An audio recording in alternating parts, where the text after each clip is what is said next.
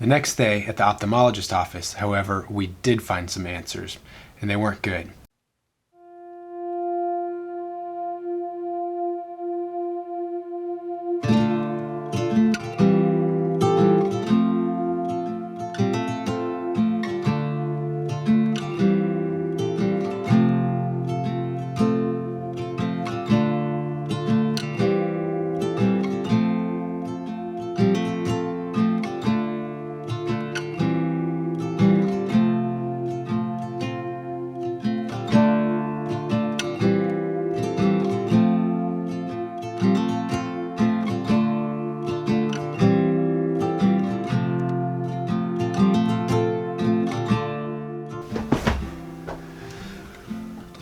Okay, so this is not the video that I expected to be making this week. You'll understand what that means in just a minute. Sometimes life happens in such a way that you have to set plans aside and just reflect on what's been going on. That's what I'm going to do right now. I'm going to do this in as few takes as possible, so I've got some notes here.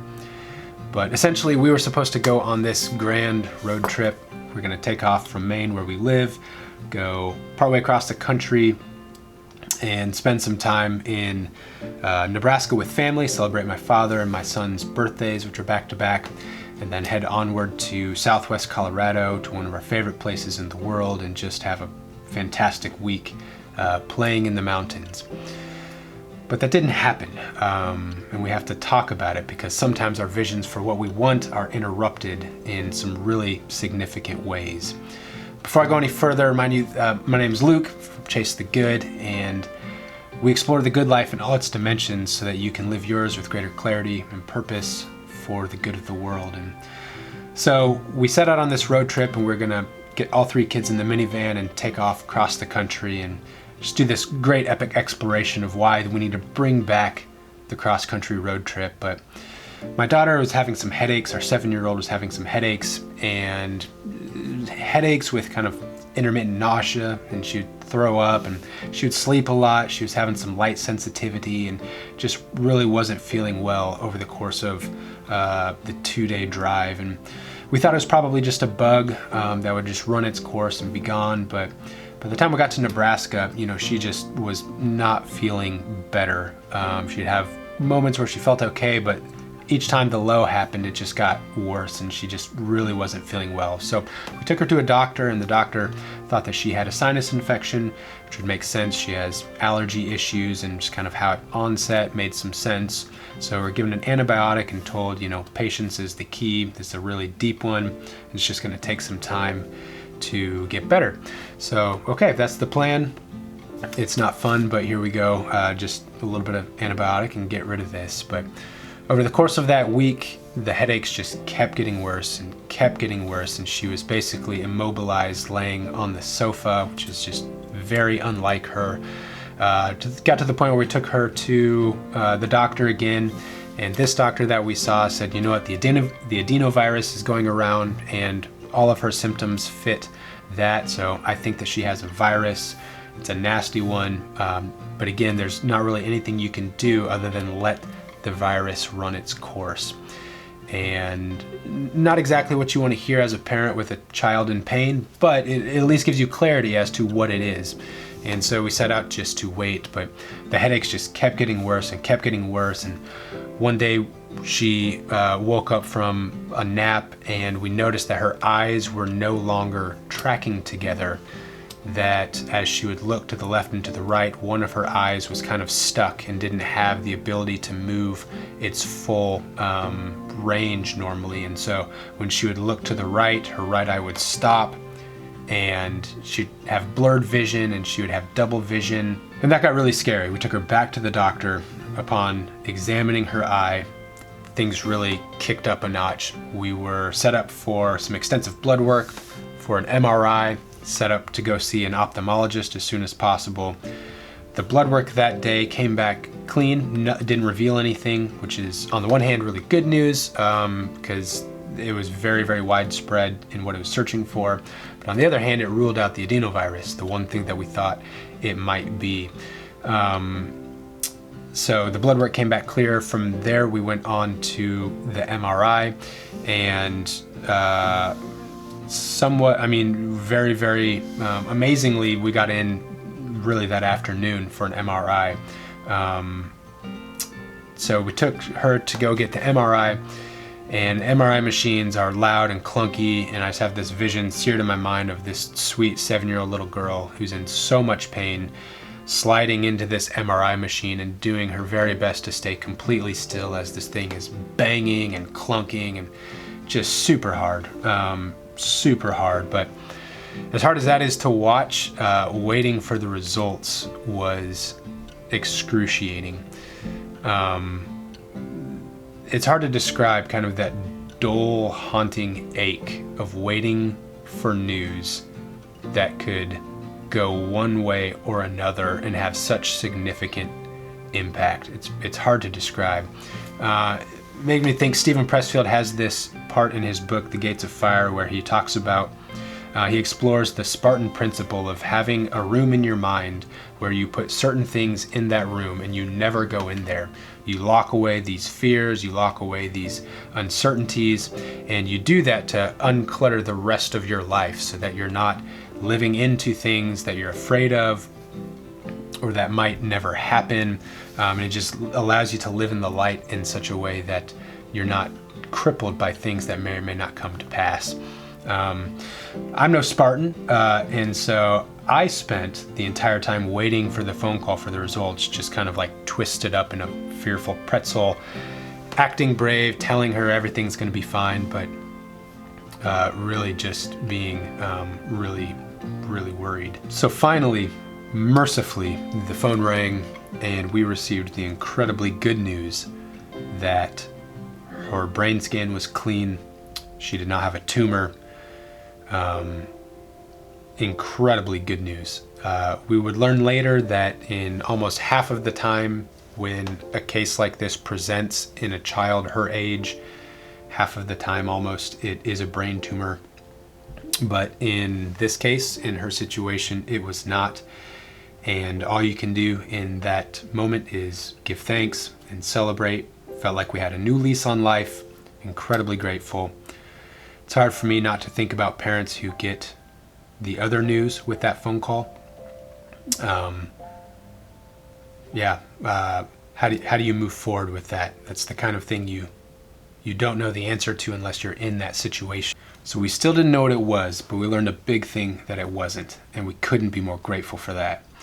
The next day at the ophthalmologist office, however, we did find some answers, and they weren't good. After examining our daughter, the ophthalmologist said that she had a complete 6th nerve palsy and retinal bleeding in her right eye and papilledema in both eyes. And essentially what that means is she has brain swelling, and it has caused damage to her optical nerve, which is why her right eye isn't functioning. We don't know what's causing the brain swelling at this point, but we know that that is what's going on. And this is when the wheels really fell off and things really kicked up. Within a couple of hours, my daughter and my wife were being airlifted to the nearest children's hospital in Omaha, and I was left to drive there to meet up with them. And just all along the way, just the things that are going through your mind, you're thinking about, wow, we're supposed to be on vacation right now. We're supposed to be playing in the mountains right now. And here we are on the way to a children's hospital. By the time I got to the children's hospital, they were just getting my daughter ready for another MRI. And in this one, they were going to make sure she didn't have a brain clot. And thankfully, there was no brain clotting. So they took her for the next step, which was to do a spinal tap or a lumbar puncture. And the purpose of the lumbar puncture is twofold. One is to release some of the pressure by taking some fluid out, which would help just remove the pressure that she has in her head. And the second is that they could send it off, the spinal fluid, just like a gold mine for finding answers in a situation like this. So they did the spinal tap, and they told us that the normal range for cranial pressure for a child my daughter's age would be between 12 and 21. However, when they did her spinal tap, they found that her pressure was at 51, which is more than double the expected high end of the range. And so what that means is that her headaches were really, really bad. And that's just hard to learn as a parent. So they did the spinal tap, and it was a success, a minor procedure. And what's really amazing is what happened overnight. What's really amazing is what happened the next day. Our daughter woke up almost a completely different person. She was herself again. She was hungry and she was laughing, and we could have the lights on and we could have the windows open, and she wanted orange juice and she was ordering bacon. And it was amazing how taking out this little change of reducing the spinal fluid just completely transformed her, because it took the pain away. Just incredible. So as the results started coming back, we kept getting results that it's not this, it's not that, it's not this, until they started ruling out just about everything. I mean, really anything that they tested for was coming back negative. And on the one hand, that's good, because you're ruling out a lot of things that are, really scary. But on the other hand, you're still not getting answers. And where they landed is they said that she has idiopathic intracranial hypertension, which is just a long way of saying her brain has swollen, but they don't know why. They don't know what caused it. It's very irregular for somebody her age and somebody her size. They don't know what caused it, but there are medications that can help regulate the cranial pressure. And so the plan was to discharge us with these medications. At the last minute before discharging us, the doctor came in and said, you know what, I don't think this is what it is, but enough people have suggested it that I'm going to go do one more test and check for Lyme disease, because you come from the Northeast. So they did one more blood test before they sent us out the door, and lo and behold, that is what it came back as. So all of these headaches, these weeks of pain, this cranial pressure, the damage to her optic nerve, the double vision, all these different things came from a tick bite. A tiny little tick bite without a rash ever even presenting caused this. So the good news is that we had an answer, and the better news is that it's treatable. After a couple weeks of heavy antibiotics, they're weaning our daughter off of the medication, and she's doing great. The headaches are gone, light sensitivity's gone, she's herself again. We couldn't be more grateful. Okay, so why am I telling you any of this? Why have I told you this story? Is there anything to be gleaned from it, or is it just something that happened? Well, as we've reflected on it over the past couple of months, as life has gone on and we've gone to follow-up appointment and lots of follow-up appointments, and as school has started and normal life has resumed some, here are a few reflections that we have come away with as we think about what the good life is. The first of these is that our accounting of the good life, whatever that vision is, we haven't even defined it yet, whatever that perception is of the life that we aspire to live, it has to be able to account for the reality of tragedy and suffering. And it has to be anchored into something bigger, so that if that tragedy and suffering comes, it won't be swept away and torpedoed away. Related to this, the second observation we've come to is that we have to be able to answer our why. We have to know what our why is. What is the purpose of our life? What is the purpose of our family's life? And is that sense of purpose, that sense of this is what we are doing, this is what we're aiming for, this is what we are moving towards, is that anchored into something that's big enough that can hold you tight when the storms do come? Another way of talking about these things that I'm referring to is, what is your belief system? What are the greatest ultimate realities that you see in life that you can anchor your sense of purpose and your sense of direction and your sense of what the life is that you want to? And can that hold you up in this? For us, our belief system has been huge in holding us together in times when it felt like things were falling apart. Related to this is the people in your life. Invest in the people that you have in your life, because it is those people who will be around you when things hit the fan like this. And we can't move forward through life alone. The last thing that I would say that we've reflected on is that clarity is so essential, even if you're afraid of what the answers might be. I am somebody who is afraid of what the answers might be a lot of times, and so I would rather not ask, I'd rather not knock on that door. But without clarity, you can't move forward. And sometimes that's hard. Clarity is hard fought, and hard one sometimes, but it's always worth it. So those are a couple things that we have learned in reflecting on this journey. You need to have your sense of why straight. You need to account for the reality of suffering. You need to have a belief system that's structured in such a way that it's anchored to something bigger, that when the storms do come, you're not completely blown off course.